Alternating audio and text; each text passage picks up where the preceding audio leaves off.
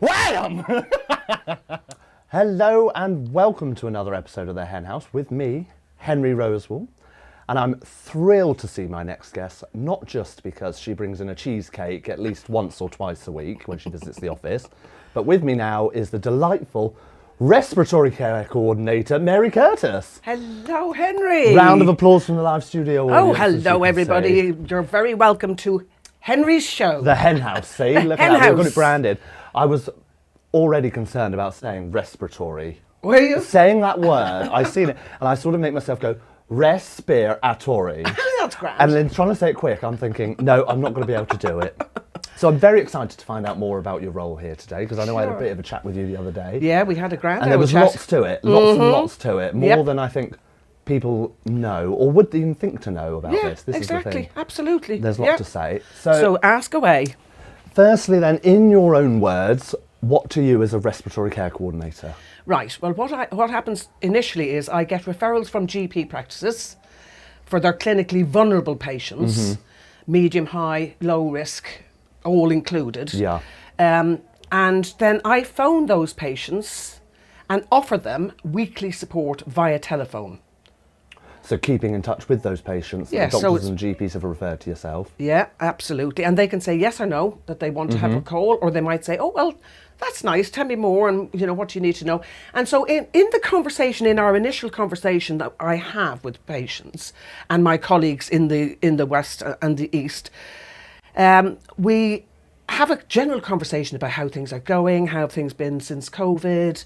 And at the same time as we're having those conversations, I'm asking them questions about their health.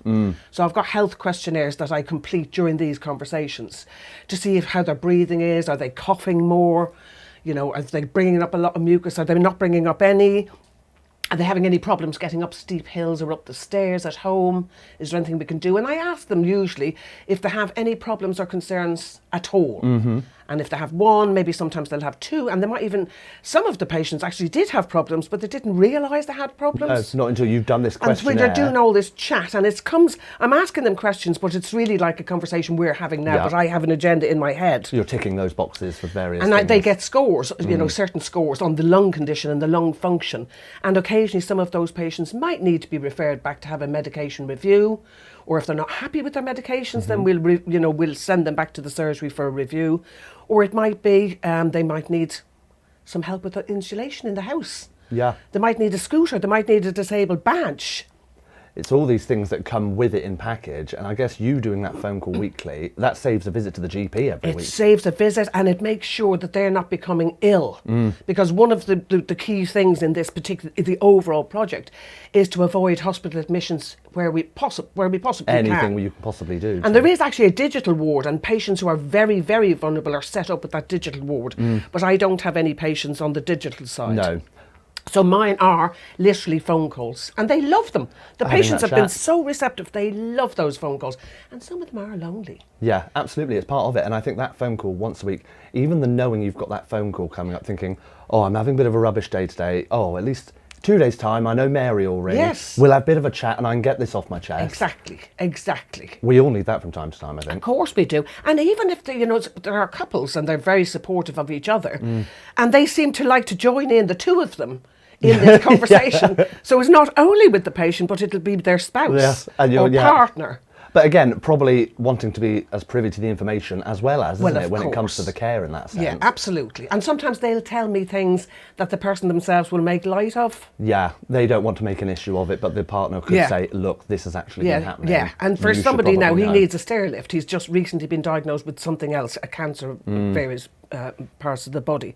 And so he's going to get very frail, so he definitely needs a stair lift. And that's something we can do, quick telephone call to Tremor. Yeah, but probably not wanting to be a trouble, might not tell you about these things, whereas a spouse would. Exactly. So going on to the health conditions and health problems that your patients have, obviously breathing is the core focus there. Yeah, so long-term lung conditions, chronic lung conditions, might be genetic, inherited in some way or another, or caused by some of our lifestyle choices at various points along the way, and sometimes it's just one of those things. So they may have other diseases as well, of course, so depending on the age group.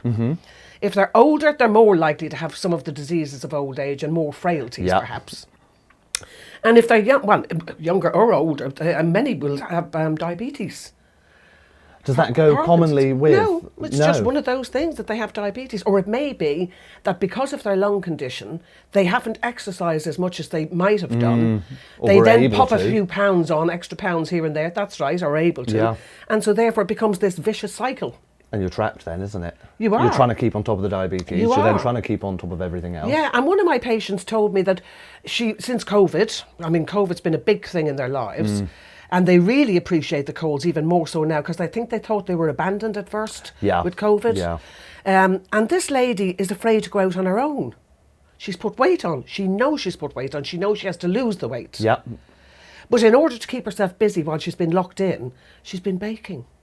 This is exactly it. I think there's been such a lifestyle shift, Yeah. hasn't there? Yeah. And it's been such a change of routine. Absolutely. And that we've fallen into these new routines again. And here we are 2 years later, still in them. Yeah, and she said the first day I phoned her, she had made a lemon drizzle cake, which made my mouth water. I was about to say, let's not Pity start this is not complaining about that. face-to-face. Yeah, precisely. I was going to say, when those house calls starting again. I think so. I think quite, they should. So it was, but she said it's boredom, isn't it, when her husband's out at work and she's in the house for 12 hours a day. Quite happy to toddle around doing a bit of baking. And then so with her, I developed a little plan of, okay, so you don't want to go out on your own, but she will go out with the husband when he's around.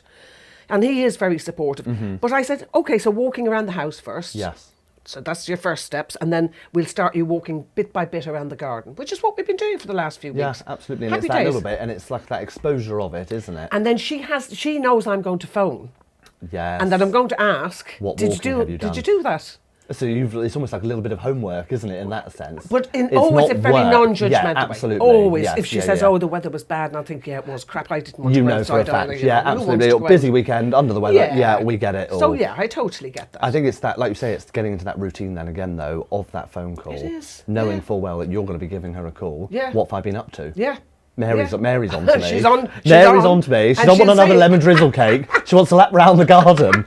I can't be doing it all. Oh, yeah. So saying about obviously the elderly and whatnot being your patients, is there an age range? Because obviously these breathing problems can affect anybody and everybody, especially if they're genetic. Absolutely. What's the probably range? The youngest that I've had, probably about 30. So 30 up until Still their young. 80s. I'd like to think that's still young, thank you that very is. much. What do you mean, thank you very much? Yes, I should My think age so. is a lot Yeah, older God. than that, and No. I'm very young. I don't believe it for a second. It's in your head. So that's 30. So that's quite a range that you It is. do work with then. Yes. So would you say that there is a group that you work predominantly with, or could it be anybody? I think it could be anybody across the board. And actually, in terms of other work that's coming out of this work, I can see this extending to, say, people like cardiac patients, people with Yeah, heart problems, yeah. because they become very anxious. The heart being the centre of our world and our being, Yeah. and anything goes wrong with that, and it can make people very depressed, it can make them anxious, it can make them afraid to do stuff.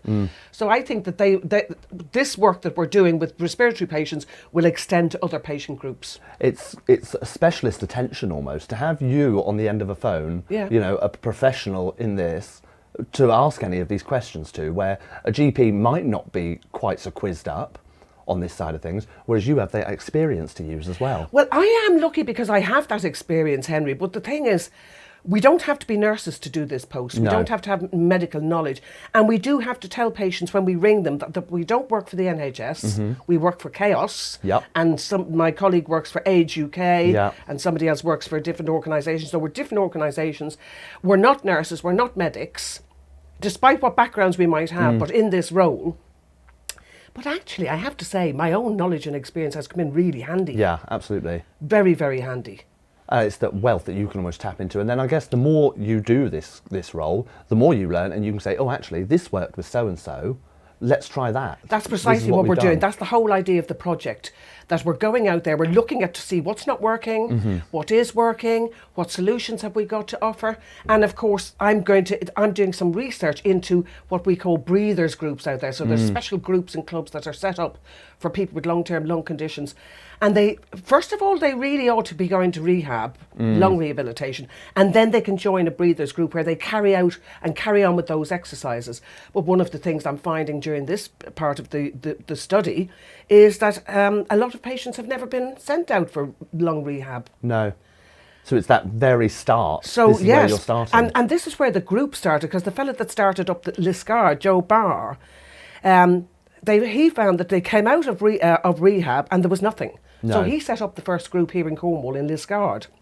a breathers group, and then helped loads of others to set up. See, so these breathers groups, it's almost like a community. Well, it is. And it's an absolute, it's not a shared interest as such, but it's a, it's They're this thing supporting in each common. other, Henry. Absolutely. They're there. It's a social thing as much as it is. I mean, they're quite disciplined. I mean, it's fascinating. I join in everything they do. Yes. When I go to visit. Lucky them. So I'm making initial visit. Lucky me. Yeah. I did a lovely one. I was telling Katie. I did a fantastic one in where was it? Mabe. There the last week. Yeah. And they do this. They have a relaxation tape that they play at the end, or whatever it is, DVD. And we were sitting there doing this after we'd done various exercises and had chat at the beginning, and then we were going to have tea and a chat again at the end with cake. Happy days. Yes, every That's what time. I like. Thank you very much. Yeah. But the relaxation, I tell you what, if I'd been lying on the floor, I'd have gone to sleep. But this is it. It was gorgeous. Yeah. It was really, it's that really relaxation. nice. But I think it's that focus on breathing that none of us Exactly. take. No, None of us focus on because the we all breathing. breathe from here. You're just doing it we without breathe even from thinking here, of it. not from here. Yeah. And once you learn how to breathe from there, you're keeping your lungs lovely and soft. They're not getting hard. I think I was reading something the other day where now the human breath's much shorter than it used to be. Yeah. We don't take that time to breathe Yes. like we're meant to. Yeah. And it's that focus on it. And it's got to be important for your patients, obviously. Absolutely, absolutely crucial. Hmm. So things like yoga, gentle exercise, yoga exercise. You can do chair yoga. I have colleagues who give classes in Yeah. that. So we'll be hopefully setting up new groups, Henry, in places where there's a great need for groups and there aren't any. And groups are closing as well as a result of COVID. Yes, yeah. So going on to COVID, that must have been obviously exactly not what you want in your line of work. They would have been terrified. Yeah. Those patients were terrified. And the sad thing I'm hearing again and again is they're still terrified. But some of the groups, the ones I've been going out to, some of the groups have closed, and the ones that have stayed on, even though they might have less in numbers, they were determined that they were going to go back to living life again. Yeah, yeah. And I expected to go into the groups and find that they were all wanting to wear masks and all the rest of it. Absolutely. No. That's not happening. They're doing social distance, having plenty of fresh air coming Yeah. into the building, and they're acting as normally as they could That's be. such a strength to that then, isn't it? Yeah. Even going upon doing something and saying, no, we've put in the effort and we've done it. Yeah. It's then that reward in itself, isn't it? Absolutely. And you're out and out. So what area of Cornwall do you cover then? Mid Cornwall? the whole of the mid. So that's a huge area from the Roseland down to Falmouth, across into That's an Perranport awful and lot. St So Agnes. how many patients do you speak with then regularly? It could be it could be anything from a couple, as it was in the beginning, to 70 maybe. Good Lord. That's a staggering amount, isn't Well, it? it is a staggering amount, and the thing is, it's still finding its feet. The project is still finding its feet. Well, like you say, if it's then going to go into cardiac as well, Yeah, so that's a whole other. Well, that will be a whole other, because we still haven't captured all the No. respiratory patients. Yeah. They're still rolling out as we speak. But I mean, it shows the demand for it, doesn't it? There is demand, and I think actually it's a very interesting project overall, Henry, because it's a bit like social prescribers. People didn't know what the hell social prescribers were and what role they play. Now, GP practices couldn't cope without social prescribers. No, and again, I think it's going back to even the wording, social prescribing. Yeah. I've discussed this before in the past, how that word prescribing Yeah. can be an awfully lot putting. And I imagine the same with yours. It's that big name, isn't it? Respiratory care coordinator. Yes, You think, what oh, the what does hell? this person Yes, do? yes. What do they want with me? Yes. And then you get into the work and you think, oh my God, this is so simple and so helpful. Yes, exactly. And it will save, like it has done, the social prescribers have saved a lot of GP visits, a lot of cluttering up of the waiting rooms. And sometimes people just need time. They just need somebody to just have a little vent with. It's that, I think with the GP practice, you go in there with, I'm just here to talk about this problem. Yeah. And you almost try to script it a little bit. Whereas a weekly chat with you, I'd be dreadful. I'd be on the phone for hours and hours and hours. Well, there's a fella I do give a couple of hours to. Yeah. Because he needs it. He's very lonely. And in fact, dear of him, he goes out in his car every day. He's not great with people, but he needs to be around people to feel that he's part of the world. Yeah. So he takes himself out and he'll buy a coffee somewhere and he'll sit where there's people. Just keep He himself. doesn't care if he doesn't chat to anybody at all, maybe just a word with whoever he buys the coffee from, whatever, but he feels as if he's part of the world. How many people are out there feeling lonely? Yeah. And I can loneliness see- causes illness. This is it. And again, it piles on. And again, you're Yeah. stuck in that vicious cycle, that downward spiral. And you're talking to yourself. You know, this business of talking to yourself all the time in your head, that's not good for anybody. No. We need to be doing what we're doing now. social people like this, isn't it? We're We're social creatures. beings. Yeah, absolutely. We need other people. We're not islands. No, and like you say, just going out for that coffee and a chat, or Yeah. seeing somebody, bumping into somebody in the co-op and having a chat with them about something or other. Yeah. It's a world of difference. Absolutely. And again, I bet they think very much the same thing about your phone calls. Yeah. Oh yeah, they do. It's a lovely feeling that you can ring and make somebody's day. And you Yeah. really hear them when you're Genuine. putting the phone down and they're all delighted with themselves, saying if they've got a partner there. I just had a lovely chat with Mary. that's it. Yeah, we just had a lovely little chin wag on the phone Yeah. there. That's me weeks while I'm feeling. This is it. They probably leave that phone calling feeling Yeah. so elevated about themselves. And they know that they can make contact if they have a problem, if they're worried about anything. Yeah, they don't or they've have had to a really wait. bad night. They don't have to wait. No. They can phone back. So what are some of the things you can do to help your patients? Like you said about the stair lifts, Stair lifts, any disabled equipment that they badges, need? any equipment.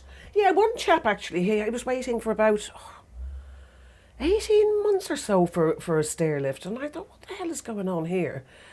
Anyway, I got in touch with Tremorva, who then contacted him, and it turns out the housing association that he was renting from had been, not been very helpful. No.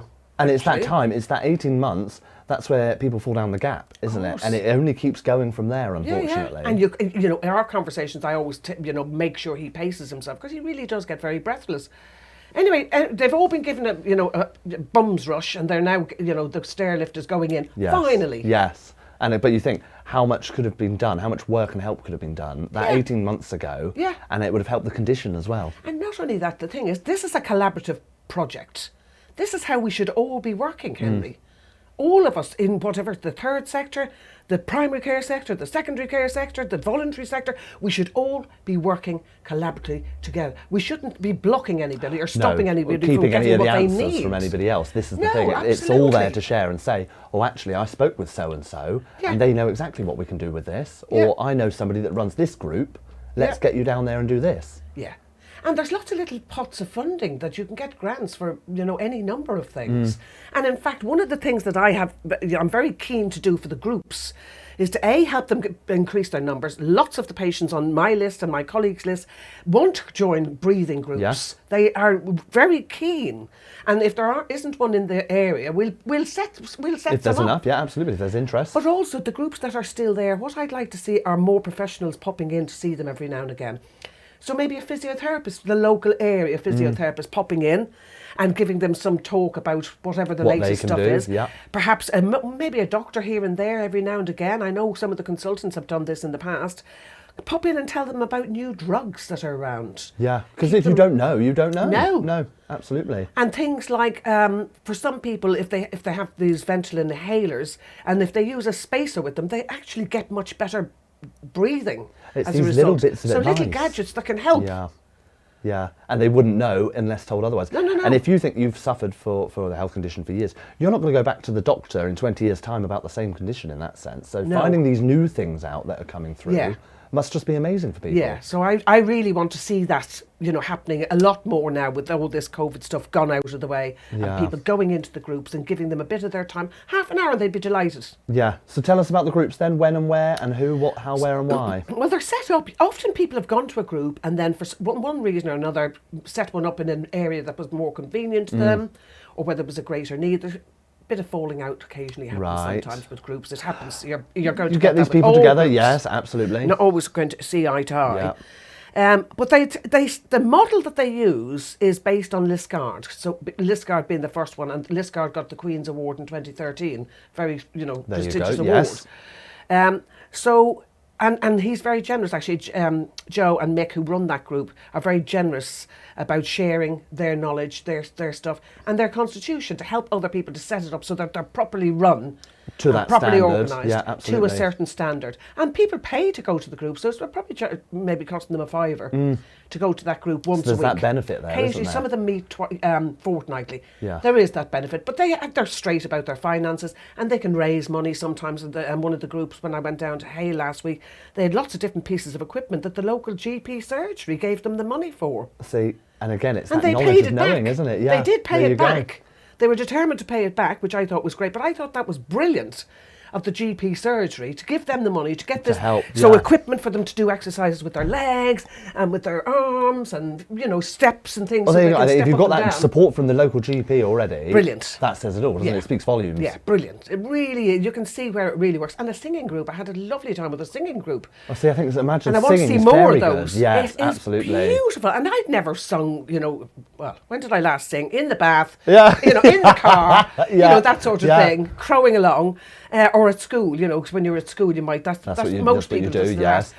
But this was amazing. This was set up by a lady called Pip Wright down in Townsend in Hale. So it's between Hale and Penzance, and it's in the back of it, in the rural, it's a rural little village.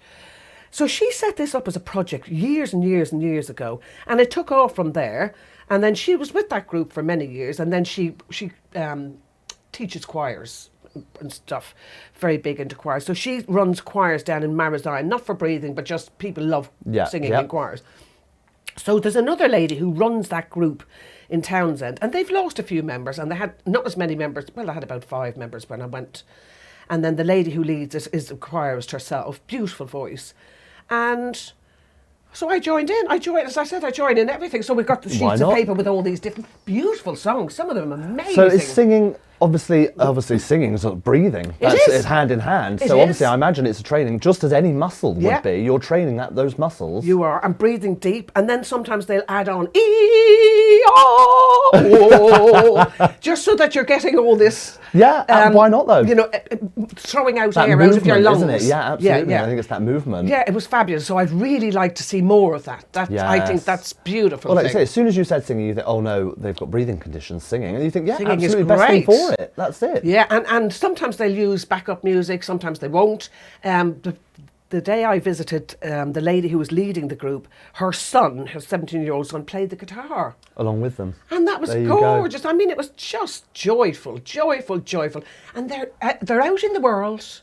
They're not living in their heads worrying about all sorts they've of met nonsense. with these people that They've they all got other share people this they're all with. Yes, sharing. I absolutely. discovered I'm a tenor. Oh! You get it? Tenor, Yeah, I was tenor. about to say tenor. Yeah, really. Yeah. So that was quite hilarious, really. And I thought, I'm going to bring the tone of this down because my voice is just all croaky. The tone of But it down. yeah, Yeah, it was it's quite. great. Yeah. It was brilliant. It was really nice. So they're all different. And this is it. Every time they're going to learn all these different things with it as well. Yes. So it goes hand in hand. So I know, obviously, you work with a lot of partners. Yeah, oh my Here God, at I've got a little Chaos. list. I know you've got a little Chaos. list here of So this is like the Chaos- special shout out list here. Look. NHS Carno CCG on behalf of Cornwall Foundation Partnership Trust Community Respiration Team, Volunteer Cornwall, then primary care is involved, GP practices, the PCNs, the Yes. ICAs, Cornwall Council Public Health Department, RCHT, and then all the breathers group. So there's a lot of people There's involved lots. in this. So obviously that's got to be a huge part in your role there. You're wonderfully a people person. Yeah, I So love people. You seeing Love all these people. people is no problem at all. I can't imagine how many cheesecakes you have to make when doing all these visits though. Yeah, but you're my special people here at Chaos. you see. Don't tell them that. Yeah, Don't tell anybody else that. Chaos here. You're my special team. So seeing all these partners, that, like I say, must be a large part of it. And It is mingling because around. I invite myself to their multidisciplinary team meetings, and then I get to know who's who, and they And get you to know what's me. What. Yeah, absolutely. And and then there's lots of interesting little hubs out there doing all sorts of things. So I'm going up to Wadebridge to the breathers group on the 24th. Yeah, 24th. And then there's a hub that meets afterwards to discuss all sorts of interesting things that's going on in and around the community. Mm-hmm. So I'll do that and do a bit of networking. That way you get some... And you find out what's what. Yeah, find out what's what. Again, that's the thing. I think it's the promotion of these groups, isn't yeah. it? When people know about them, they will come. Build Yes. it and they will come. Yes. However, if they don't know about it, Exactly. And I think this is going to be great. And I've said to the groups, that we're doing this. I'm doing some research. So I'm getting to know the groups first so that they feel comfortable with me. Then I've got some research questions that I'll be asking them in a very formal way as a focus group. They will become my focus group for this piece of research. We will write up the research academically and have it published. And we will also, we're filming Yes, some of the work absolutely. that's going on in the groups and recording some of that stuff. And that's going to help to promote. it's going to snowball, isn't it? This is the thing. Yeah. I mean, each part of that is going to help at each other stage, isn't it? It will, yeah. It's gonna keep going. I think it'll be really, really brilliant. Yeah, it's all So, good. I want to find out more about Mary. Oh my God, do you really? I want to know how you came to end up as respiratory care coordinator. What's the stage of events Oh my God. that leads us to where we are now? Well, I trained and worked as a nurse. I was a registered nurse for a number of years. I did my training in London, at the London Hospital. And then, during my nursing, I'm just trying to think, I moved here. You cast your mind back. 32 years. I decided, do I want to be nursing and lifting and dragging? This was before we had all these equipments and all this nonsense that goes with moving and handling these days. But anyway, so I thought I'd go to university. I had 3 kids. The youngest one was a baby, and I thought, I think I'll go and do a course at uni, which I did. Did a double honours degree, actually, and I became addicted. Really? In psychology, health psychology, and medical sociology, general sociology too, but specialising in those areas. And then I thought, oh gosh, this is great, I love this. And so I went on and did a master's. And while I was doing my master's, I thought maybe I could start teaching.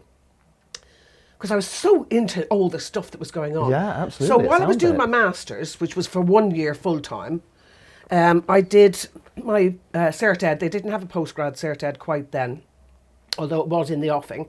So I did my Cert Ed, and then I got offers of teaching from the local college, started teaching, doing bits and bobs. What was it teaching then? And I was teaching psychology, politics, sociology initially. And I had another aspect of the teaching. I dealt with a group of excluded youngsters, actually, they were called back then. They'd been booted out of school for one reason or another. Yes. It was supposed to be difficult. Do you know what? I taught that group for a year, Henry. They were fantastic. They were magnificent. I had one rule. When you come in the morning, sign in. Yep. If you don't fancy what we're doing for the day, I'm going to use the F word now, and it's not a curse word. No, it really isn't. It's the Irish expression So of, get on with you. I said, feck off with yourselves for the day. Yes. You're in, but just bugger off now. I don't want you disrupting everybody else. No, too right. Do you know, none of them ever did bugger off. We had the most amazing ethical discussions about all sorts of things. I think if you open that discussion, and children will talk. These were teenagers, Yeah, you know, absolutely. They've with got all opinions. sorts of piercings and hair things and God knows what. I didn't care. We had the most amazing. A lot of the time, actually, especially when the weather was good, we'd be out sitting on the grass because that's how I like to teach. They did a diploma of achievement with me for a year, so they got something out of that. It was brilliant. And then in the years that followed from then, and I'd gone on to do more teaching, I'd get a little tap on the shoulder or on the arm in the supermarket or somewhere, and somebody'd be in front of me and saying, you helped me to get where I am today. I'm doing this and I'm doing that. And it was joy. What Magic. joy. And I bet they still called you Miss. They never called me Miss. I said Mary, call me Stick with Mary, it, or yeah. just don't call me too early in the morning. No, Mary it had to be. But it was so lovely. And then I started teaching proper. I got the education team who taught me my Cert Ed before I'd even finished it, had got me in doing lectures on it because I so loved learning and then feeding back to people. Yeah. So I taught that for several years. Then we developed a postgrad Cert Ed. And then I became the programme manager for the BA in education, anybody who wanted to do a Bachelor of Arts in Education. And then I helped my colleagues. We developed a medical postgrad Cert Ed. So using my medical knowledge, medical sociology, clinical psychology, we developed and ran successfully for the Peninsula Medical School, the postgrad Cert Ed, because any doctor who wants to teach there then would have had to have a Cert Ed, a postgrad Cert Ed. Yeah. So I taught that for many years. Good Lord. So that was very lovely. And then I did a jump from there, although I still went back and did lots of guest lectures for the medical school. I jumped from there and became the head of education and training in the hospices and palliative care services in Cornwall. So that was the jump down to Cornwall, was that? No, I was here in Cornwall. You were here, yeah. Yeah, so somebody told me about this job and said, oh, you and your death and dying, you love all that stuff. You'd love this job.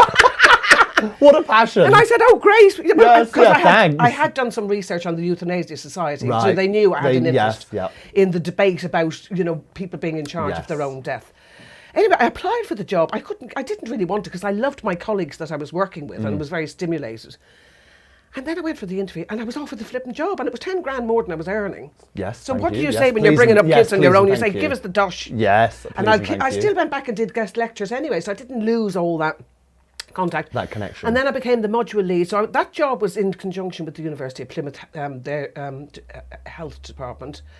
And then I became the module lead for palliative and end-of-life care.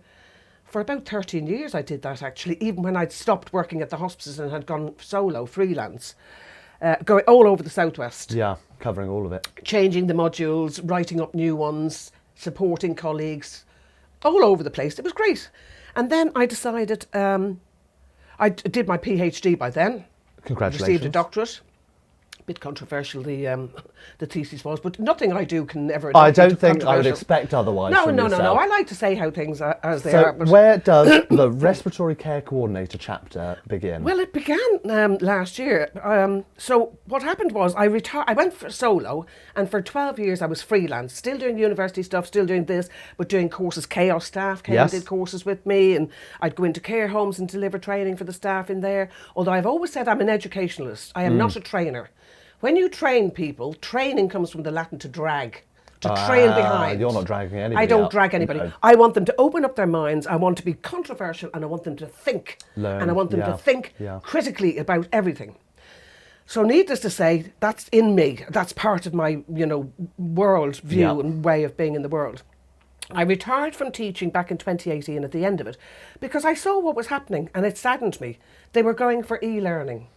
E-learning means no learning. Yeah. Because nobody ever checks who learned, what, did they learn? Did they actually do the course themselves? No, that's what students tell me. They get their boyfriends, girlfriends, mothers, brothers, did the course. Yeah. So they're not even doing the courses themselves. This is very dangerous in the health sector or in the care sector. Because if you're claiming as an organisation that your staff are trained and all you've given them is e-learning, you're going to have lawsuits come up and tail you and bite you in the ass. It's that in-person connection, isn't it? You've got to have in-person. You've got to, well, it's that focus that and you having pay. other people in the room. Bouncing ideas. Ideas. So I absolutely. saw the way the wind was going. I thought, to hell with that. Anyway, one of the care homes, the last bit of teaching I'd done was in Perrin Bay. And I'd done death and dying. I said, let's talk about death and dying. Stop calling it end-of-life care because it's all wrong. It is what it is. That's a euphemism. And it takes us away from talking about actually people who are dying. So then I said to Linda, I said, I don't know what I want to do now. I'm retiring from the teaching, but I'm not quite sure. And she said, oh, well, my receptionist is going on maternity leave. Do you fancy doing that for a year while you get your thoughts around what you're doing? So I did. And then the receptionist decided she didn't want to come back. Oh, there you were. And they didn't want me to go. And I was actually quite enjoying it. It was for the first time in my working life, I was in a job where I was fully stimulated. There was relatives who'd all tell me their stories. And Yes, quite happy to have that chat. That I could people give pay advice for. to people using my own knowledge and skills. And so I stayed. I mean, I don't know how long I would have stayed, but I did stay because it was most enjoyable. Then COVID came, and of course, that made it very interesting. Infection control, I was able to give the benefit of my expertise in infection control and say, we must be doing this. And not one resident in that care home got COVID. There you Not go. one. See, Happy there days. you go. I'm not saying it's all down to me, but it was a team effort. Absolutely.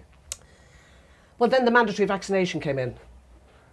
You don't tell me what to do. A bunch of feckin' liars, like our government are, Telling you what to do. telling me not our Mary. that I am going to have a receptionist job with all my skills. Well, you can feck right off it yourselves. And that was me gone. Yes. Now, they didn't want me to go. They were devastated. And they said, and they went through, I said, go through the motions. Yes, Because yes. there's going to be lawsuits about this one day. Go through the motions, fire me. I've never been sacked in my life, but I got sacked from that job. So I don't think it would be you if you didn't ever get sacked from a job, I got Mary. sacked. I actually got sacked. That Isn't suits that you tragic, perfect. I think it suits you perfectly. That's tragic. So how did we get to And where we then are now? We got to where we are because Where a are friend we? of mine and colleague of many years, she was a social worker, Bev Price over in Old Saints Community Centre, who does amazing stuff. She knew I was looking and that I was going to leave this job. I was not staying. I was not going to be forced to be vaccinated. Yeah. So didn't she send me one Sunday this job that you had advertised for a social prescriber? Yeah. Oh, yes. Yeah. And then I didn't have Babs. I couldn't find Babs' number anywhere. And I thought, oh, God. So I said to Linda, are you on with Babs on Messenger? So she said, yes. I sent her a message and tell her I'm interested in that job. And I only found out about it yesterday. And I'm throwing, the application was due on the Tuesday. Throw it in. Throw your hat in the ring. Literally Monday. So she messaged Babs and Babs says, oh, my God, Mary, tell her to send it straight to Katie, which is what I did. And then Katie phoned me up and we got talking, and then we talked about maybe doing not so much the social prescribing but have a blended role, and she told me about this project. And now here you are. And here we are. And here we are. And I couldn't not have you in without asking, secret to the best cheesecake. What's the one secret?